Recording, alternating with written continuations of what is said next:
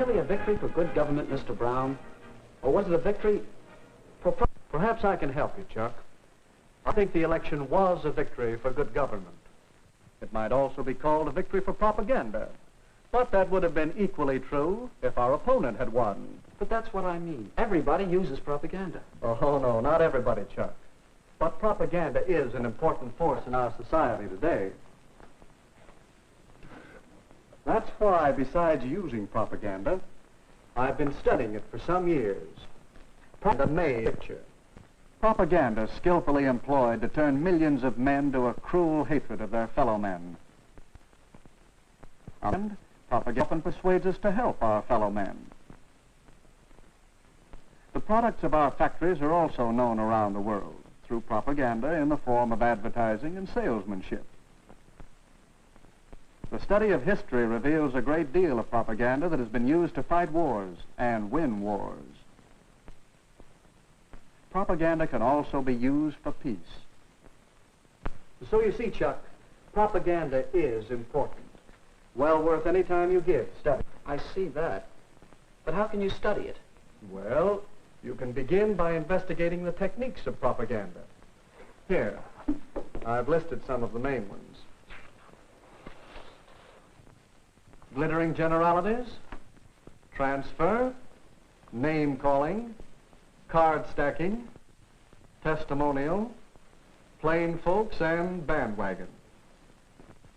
You'll find these techniques used in many places, in many ways, for many different purposes. Your job is to recognize them when you see them. My first job is to understand what they mean. What is a glittering generality? Well, let me see. That headline you were quoting, a victory for good government. Good government is a phrase we use many times during the campaign. We said the mayor stood for good government and promised good government. But it's true, isn't it? What's true? What does good government mean? Is the mayor's idea of good government the same as yours? I see. It's a glittering generality. One of the best. There's another. Yes. And why do you suppose our opponents chose that phrase? I guess because everybody likes a real American. Right. And they wanted to transfer that liking for a real American to Mr. Butler. Then that's what you mean by the technique of transfer. That's it. Now let's see if you can recognize another technique.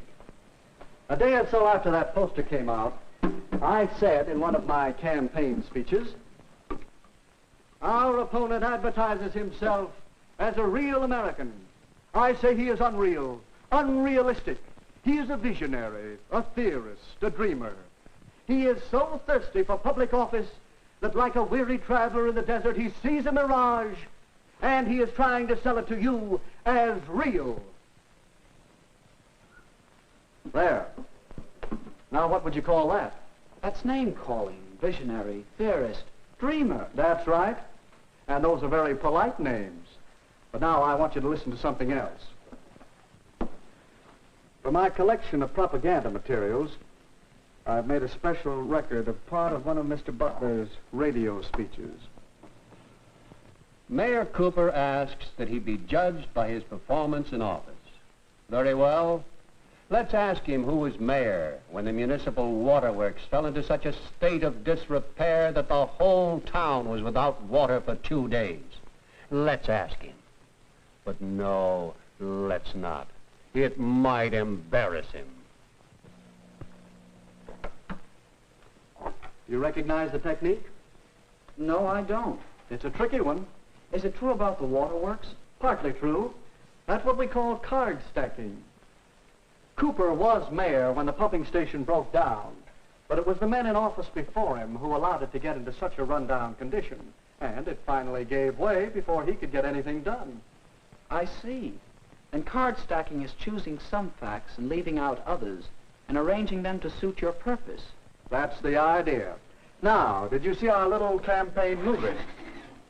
Yes, a couple of times. Well, let's look at it again as an example of propaganda techniques. It was a testimonial, wasn't it? Yes, we used other techniques, too. See if you can spot them. Will you get the light, please? Sure.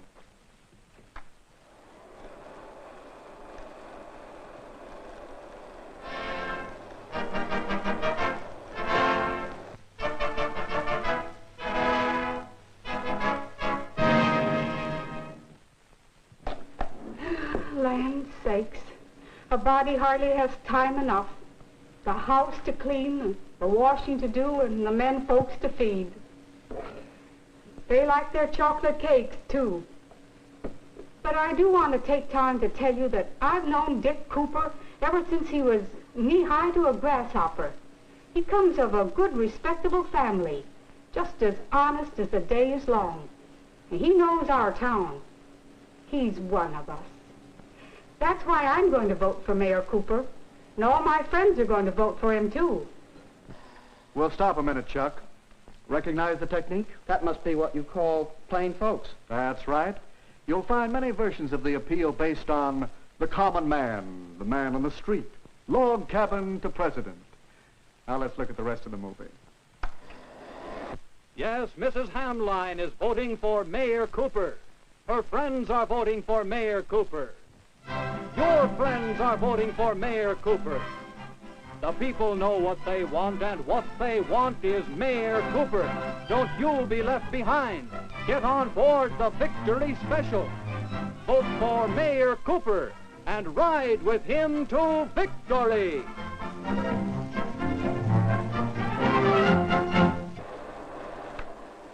That ending's easy to spot. It's the bandwagon.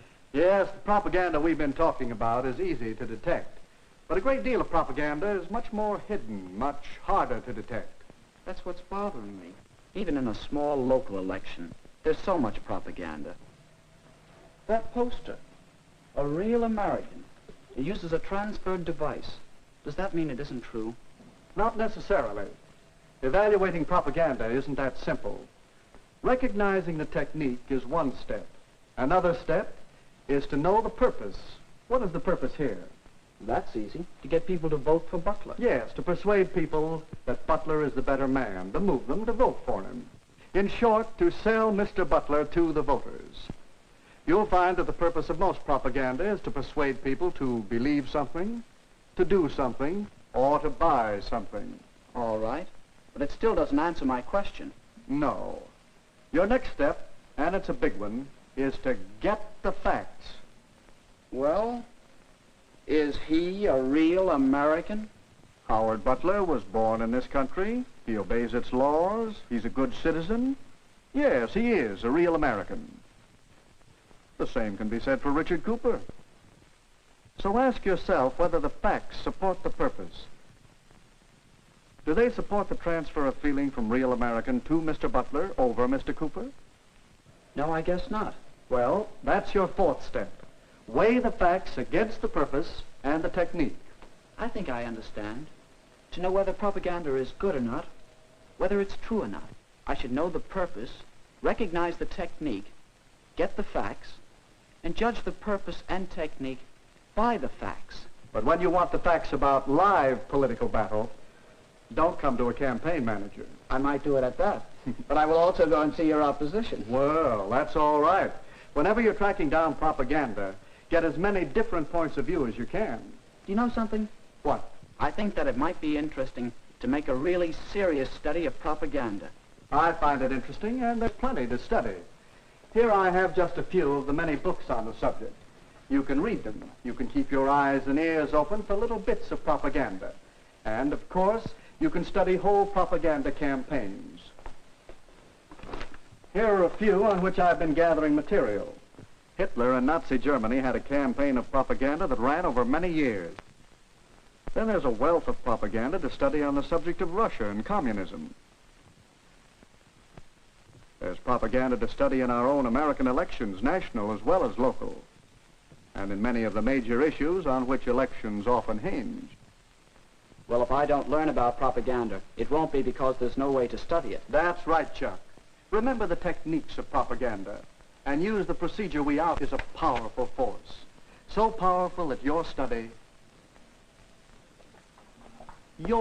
of propaganda is important not only to you, but to me and to the world.